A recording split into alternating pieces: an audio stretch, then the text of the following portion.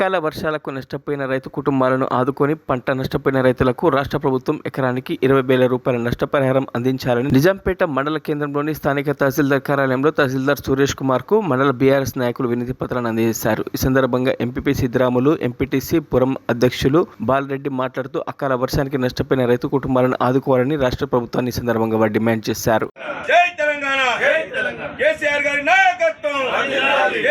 నిజాంపేట మండల ఎంఆర్ఓ గారికి మొన్న సోమవారం నాడు సాయంత్రం 6 గంటల నుండి 8 గంటల వరకు వడగండ్ల వాన బీభత్సంతో రైతులు నష్టపోయినారు కాబట్టి ఎంఆర్ఓ గారికి మెమోరాండం ఇవ్వడం జరిగింది. ఇంతకుముందు గత 2 నెలల నుంచి విద్యుత్ ఇవ్వనటువంటి ప్రభుత్వం 20 గంటల కరెంటు కూడా ఇవ్వలేదు. 15 గంటల వరకు కరెంట్ వచ్చింది.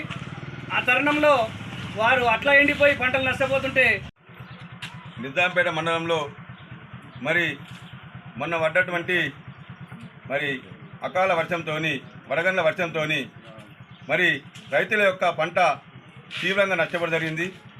మరి మొక్కజొన్న పంట కానీ, వరి పంట కానీ, అదేవిధంగా కూరగాయల పంటలు కానీ మరి తీవ్రంగా మరి నష్టపోవడం జరిగింది.